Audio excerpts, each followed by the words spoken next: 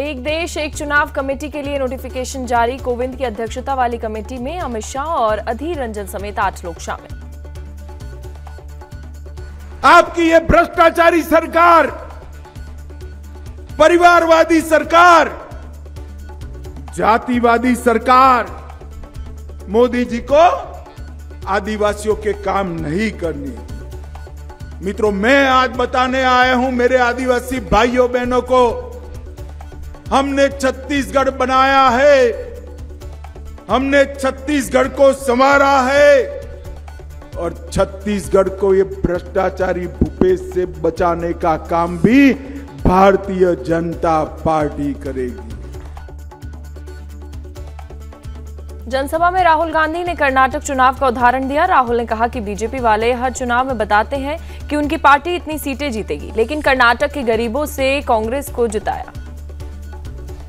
और प्रधानमंत्री को साफ कहना चाहिए, देश को बताना चाहिए और छत्तीसगढ़ के युवाओं को बताना चाहिए कि वो अदानी जी पर इंक्वायरी क्यों नहीं करवा रहे हैं। ऐसी क्या बात है कि नरेंद्र मोदी जी अदानी जी पर इंक्वायरी नहीं करा सकते हैं? 2-3 सवाल हैं भाई और बहनों, युवाओं। ये जो हजारों करोड़ रुपए हिंदुस्तान से बाहर गया, ये पैसा किसका था? पहला सवाल, ये अदानी जी का पैसा नहीं था, ये किसी और का पैसा था। किसका पैसा था? ये पहला सवाल है। प्रधानमंत्री जी कोई इंक्वायरी नहीं करवाएंगे। मैं आपको साफ कह देता हूं, हिंदुस्तान का प्रधानमंत्री अदानी जी पे कोई इंक्वायरी करा ही नहीं सकता, क्योंकि अगर उसका इंक्वायरी का नतीजा निकल गया तो नुकसान अदानी जी को नहीं होगा, नुकसान किसी और को होगा। जनसभा में राहुल गांधी ने कर्नाटक चुनाव का उदाहरण दिया। राहुल ने कहा कि बीजेपी वाले हर चुनाव में बताते हैं कि उनकी पार्टी इतनी सीटें जीतेगी, लेकिन कर्नाटक के गरीबों ने कांग्रेस को जिताया। चुनाव से पहले बीजेपी के लोग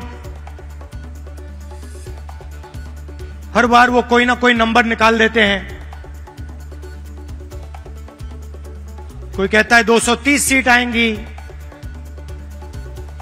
कोई कहता है 250 सीट आएंगी, मगर कर्नाटक में कर्नाटक के हर गरीब व्यक्ति ने पूरा दम लगा के कांग्रेस पार्टी को जिताया। छत्तीसगढ़ के सीएम भूपेश बघेल ने मोदी सरकार पर जमकर निशाना साधा। सीएम बघेल ने कहा कि ये सरकार अडानी के लिए काम करती है। बघेल ने मतदाताओं को आगाह करते हुए कहा कि अगर कमल के बटन को दबाया तो वीवीपीएटी में अडानी निकलेगा।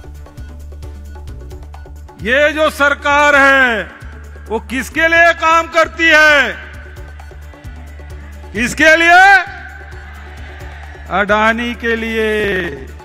आदरणीय साथियों, चुनाव आ रहा है, कांग्रेस को वोट दोगे तो गरीबों का भला होगा, किसानों की उन्नति होगी, नौजवानों का भविष्य सुधरेगा, महिलाओं को सम्मान मिलेगा, व्यापार और उद्योग फलेंगे फूलेंगे। लेकिन यदि बटन कमल छाप में दबा ना, इधर बटन दबा बटन में, कमल में, उधर वीवीपीएटी में अडानी निकलेगा। राजस्थान के सवाई माधोपुर में बीजेपी चीफ जेपी नड्डा ने कांग्रेस पर जमकर निशाना साधा। नड्डा ने कहा कि सीएम गहलोत के विदाई का समय आ गया है। जेपी नड्डा ने कांग्रेस का मतलब भी समझाया। गहलोत जी, खबरदार, आपके जाने की बारी आ गई है और भारतीय जनता पार्टी के स्थापित होने की बारी आ गई। कांग्रेस का मतलब क्या है? कांग्रेस का मतलब है लूट, कांग्रेस का मतलब है भ्रष्टाचार, कांग्रेस का मतलब है अत्याचार, कांग्रेस का मतलब है कुशासन। और कुशासन के साथ साथ जो लोग हमारे नियमों को ताक पर रख करके प्रशासन चलाते हैं, उनको शाबाशी देना, यही यहां का काम है। जेपी नड्डा ने कहा, राजस्थान पहले शांति प्रिय देश कहलाता था, संस्कृति की भूमि कहलाता था। यहाँ हम संस्कारों को जानते हैं, लेकिन गहलोत सरकार में रेप, अत्याचार और कुशासन के लिए जाना जाने लगा है। राजस्थान आज किस बात के लिए जाना जाने लगा है? जिस तरीके से बलात्कार, अनाचार, अत्याचार, ये राजस्थान जो शांत प्रिय प्रदेश कहलाता था, संस्कृति की भूमि कहलाता है, जहां संस्कारों को हम जानते हैं, जहां पर सभी लोगों के रक्षा के लिए यह प्रदेश जाना जाता था, देश की रक्षा के लिए यह प्रदेश जाना जाता है, वहां आज बेटियों के साथ जिस तरीके का बलात्कार और उनका अपमान किया जा रहा है, यह अब राजस्थान सहने वाला नहीं है। राजस्थान बीजेपी के नेता राज्यवर्धन सिंह राठौर भी गहलोत सरकार पर बरसे। राज्यवर्धन ने कहा कि प्रदेश में क्राइम, भ्रष्टाचार और बेरोजगारी चरम पर है। सीएम गहलोत के मंत्री, विधायक अपनी ही सरकार पर भ्रष्टाचार के आरोप लगाते हैं। नंबर 1 है दुष्कर्म के अंदर, बच्चियों के साथ अपराध के अंदर दुष्कर्म में नंबर 1 है, दलितों के साथ अपराध के अंदर नंबर 2 है।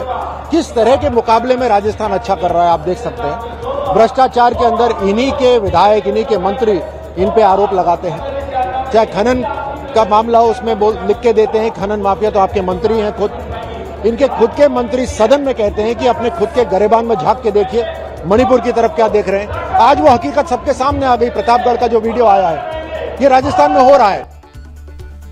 राजस्थान के प्रतापगढ़ में महिला को निर्वस्त्र करके घुमाए जाने पर सीएम गहलोत ने बयान दिया। सीएम गहलोत ने कहा कि घटना की जानकारी मिलते ही पुलिस अधिकारियों को मौके पर भेजा। मामले में कई लोग पकड़े गए हैं। पुलिस ने तत्परता से काम किया, लेकिन पीएम राजस्थान की तुलना मणिपुर से करते हैं। फोन किया, मैसेज दिया प्रतापगढ़ एसपी को और अंदाज से कहा कि जो बोली है लैंग्वेज, मुझे लगता है ये दरियावत के गाँव की बोली है।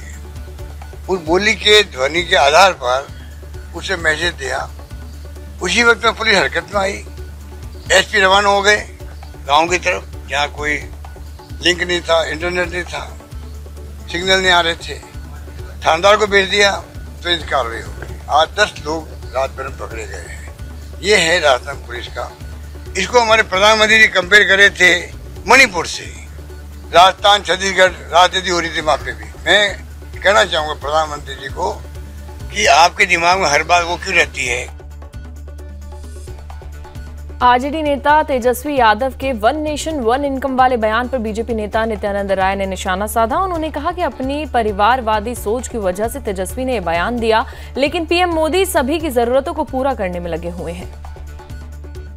ये 1 इनकम का उनके कहने का मतलब है कि एक ही आदमी के पास इनकम हो, जो उनके परिवारवादी नीति और परिवार के लिए सत्ता का उपयोग करके बहुत ही ज़्यादा धन अपने पास अर्जित कर लेना उनकी नीति में है, नियत में है। उसी हिसाब से बोले होंगे। 1 इनकम की बात वह कर रहे हैं। तो यहाँ माननीय प्रधानमंत्री जी ने इस देश के लोगों की आर्थिक स्थिति ठीक हो, हर घर में इतनी आर्थिक संपन्नता जरूर हो कि जीवन यापन में उसको असुविधा न हो, सबके पास रोटी कपड़ा मकान की सुविधा हो, सभी के बच्चे पढ़े शिक्षित हो, कभी कोई अगर घर में बीमार पड़ जाए तो सही से इलाज हो, दरवाजे पर कोई आए तो कोई भूखा न जाए, सत्कार वह कर सके और एक अच्छी जिंदगी जी सके। इस यत्न में हमारे प्रधानमंत्री जी लगे हुए हैं।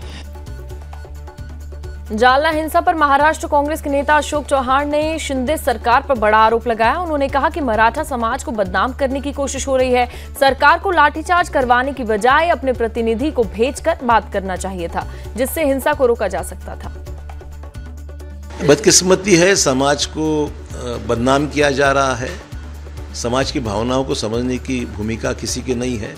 शासन वहाँ पर लाठीचार्ज कर रहा है, टीयर गैस छोड़ रहा है, रबर बुलेट्स का इस्तेमाल कर रहा है। इतने तो वहाँ के लोग गांव के लोग हैं, देहात के लोग हैं, ऐसे कोई करने में उनका कोई रुचि नहीं है।